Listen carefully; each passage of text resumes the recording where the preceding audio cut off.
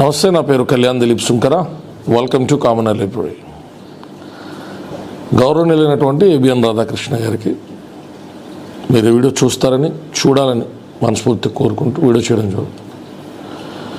గతంలో నేను కొంత హార్ష్ మీ గురించి మాట్లాడాను. నాకు మీ పట్ల ఉన్నటువంటి అభిప్రాయం ఆ రోజు ఈ రోజు కూడా మారదు. అది మీరు అనుసరించేటువంటి రాజకీయ విధానం, లేకపోతే మీరు నమ్ముకున్న పార్టీకి మీరు చేసుకునేటువంటి సేవా విధానం, అది మీ వ్యక్తిగతం. మిమ్మల్ని వ్యతిరేకించడం నాకు వచ్చినటువంటి హక్కు.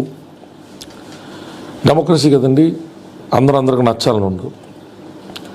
సరే, నేను ఒక చిన్న అడ్వైజ్ కాంటెక్స్లో మీతో మాట్లాడడం జరుగుతున్నది సార్. అడ్వైజ్కి వయసు తారతమ్యాలు అవసరం ఉండకపోవచ్చు కాబట్టి ఒక 10 సంవత్సరాలు ఒక పార్టీని వెన్నంటే ఉంటా, ఆ పార్టీని ఇష్టపడుతూ, ఆ పార్టీని అభిమానిస్తూ పనిచేసినటువంటి కార్యకర్తగా మాకు కొన్ని అభిరుచులు ఉంటాయి సార్. సరే, అధ్యక్షులు గారు దగ్గర మేము వ్యక్తపరిచేటువంటి పొజిషన్స్లో ఒక్కొక్కసారి మాటల మధ్య వ్యత్యాసం రావడము, ఆయన కొంచెం కోపోద్రిక్తులై పార్టీ లైన్ దాటడం అనేటువంటి అభిప్రాయంలోకి తీసుకుని కోవట్ల అని నేను అనుకోవాల్సి వస్తుందని అనడం, ఇట్లాంటి వాటి మధ్య మాకే చాలా అంతర్గత సంఘర్షణ, మాకే చాలా అంతర్గతంగా బాధ ఉంటుంది. కొంతమంది మేధావులు, బయట ఉన్న వాళ్ళు మిమ్మల్ని పార్టీలో ఎవడు ఉండమన్నాడో, మీరు వెళ్ళిపోవచ్చు కదా, ఇలాంటి మాటలు మాట్లాడుతూ ఉంటారు. మాకు మాకు సరిపోయినప్పుడు తమలాంటి పెద్దలు అది ఉత్సాహం ఆగినప్పుడు కొంత మీరు కంట్రోల్డ్గా ఉండాలనేది నా అభిప్రాయం సార్. ఇప్పుడు జనసేన టీడీపీకి సంబంధించిన అధ్యక్షులు ఏదో మాట్లాడుకున్నారు అనుకోండి సార్, 20-25 సీట్లు ఏముంటాయి, వాళ్ళిద్దరూ మాట్లాడుకున్నారు. వాళ్ళ లిమిటేషన్స్, పాసిబిలిటీస్ వాళ్ళు గేజ్ చేసుకుని ఉంటారు.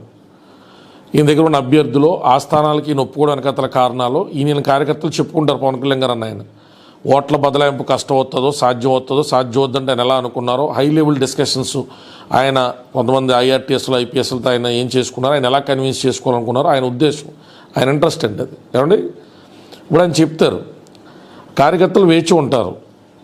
ఆ మాత్రం దానికి మీరు వచ్చి ఊరుకు ముందు ఈ లీక్డ్ ప్రోపగండా, ఒకప్పుడు చెల్లుబాటు అంటారు రాధాకృష్ణ గారు, leaked propaganda, bad propaganda, morals లేకుండా ఇంట్లో ఆడవాళ్ళని టార్గెట్ చేసి ఏదైనా ప్రచారాలు చేపితే అవతల నైతికంగా దెబ్బతినేటువంటి ప్రోపగండా, ఇట్లాంటి గతంలో ఏదన్నా సాధ్యపడి ఉంటాయి. సోషల్ మీడియా పెరిగిపోయింది కదండి, మీడియాతో సరిసమానంగా సోషల్ మీడియా పెరిగిపోయిందండి. సోషల్ మీడియా ప్రపంచంలో సామాన్యుడు సైతం ఒకవేళ మన అక్రమ కేసులు పెట్టించినా ఎంతమంది మన కేసులు భయపడతారు, ఎంతమంది ధీటుగా నిలబడలేకుండా ఉంటారు. ఒకటి వాళ్ళు పోతే రేపు 2 అనుకునేటువంటి మెంటల్ కొడుకులు కూడా ఉంటారు కదా. సో అలాంటి సోషల్ మీడియా జమానాలో మనం ఇలాంటి లీక్డ్ ప్రోపగండా లాంటికి ఆశ్రయించడం సమంజసం కాదు. మేము ఒక పార్టీకి మద్దతుగా ఉండేటువంటి మద్దతుదారులు, మీరు ఒక పార్టీకి నేరుగా మద్దతు ఇచ్చేటువంటి హై హ్యాండెడ్ మద్దతుదారులు.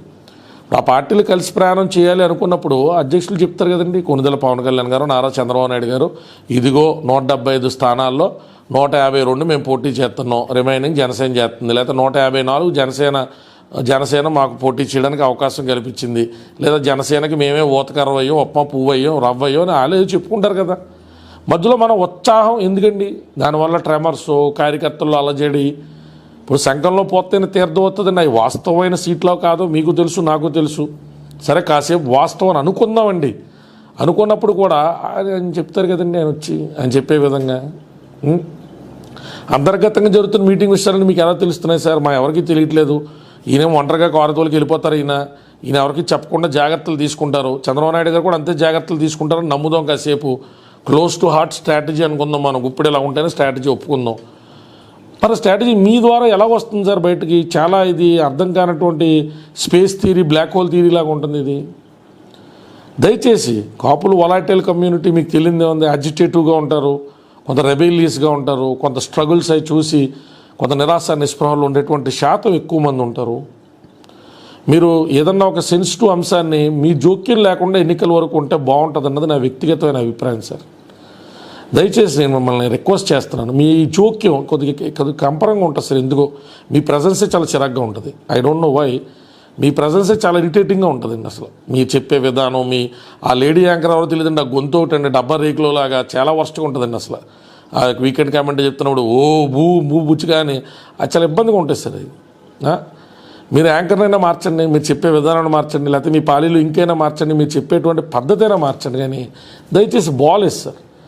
ఎన్నికలయ్యే వరకు నారా లోకేష్ గారు ఎలా అయితే చక్కగా ఆయన చెప్పాల్సినవి చెప్పి ఆయన ఎలక్షనీరింగ్ ఆయన చేసుకుంటున్నారో అలాగే మీ కసరత్తులు మీరు ఇప్పుడు ఎలక్షన్ తర్వాత పోలు పని ఉంటుంది కదా మీకు పవన్ ప్రభావం ఏమీ లేకుండేనా అనుకున్న ప్రభావం చూపలేకపోయానా టీడీపీఏ ఒంటరిగా ఎంత ఈదుకొచ్చానా ఇలా కొన్ని ఆర్టికల్స్ ఉంటాయి కదా సార్ మీకు తెలుసు నాకు తెలుసు పవన్ కళ్యాణ్ గారికి తెలుసు చంద్రబాబు గారికి తెలుసు మీరు పోస్ట్ రెడీగా ఉంటారు కదా మీరు ఎలక్షన్ అయిపోగానే ఆ పని మీద ఏదో తమ్మునెల్సే కట్ చేయించుకుని 2-3 నెలల పాటు ప్రశాంతంగా ఉండొచ్చు కదా మీరు ఇప్పుడు అలాగే ఎలక్షన్ తర్వాత బోలు పని ఉందా ఎలక్షన్ తర్వాత మీరు చేయాల్సిన పని ఉందా ఒకవేళ కర్మకాల ప్రభుత్వం వచ్చినా మీరు పవన్ కళ్యాణ్ గురించి ఏం రాయాలో మీకు తెలుసు మీకు క్లారిటీ ఉంది మీకు దాంట్లో తప్పేమీ లేదు అందులో మీరు ఆ పార్టీకి ఆయనకి లాయలిస్ట్ మీ కమ్యూనిటీకి మీరు loyalist what is wrong in it అలాగే ఒకవేళ రాలేదనుకోండి పవన్ వల్లే ఓట్లు చీలేనా బీసీలో టీడీపీ ప్రభుత్వం మీద బోలంత మక్కువ ఉన్నా కూడా కాపులకి పెద్ద పెట్టేస్తారని ప్రభుత్వం చంద్రబాబు మీద అలిగేనా ఇట్లా 2 రకాలుగా ఏదైనా ఇప్పుడు మీ పద్ధతులు ఉంటాయి కదా అన్నాను నేను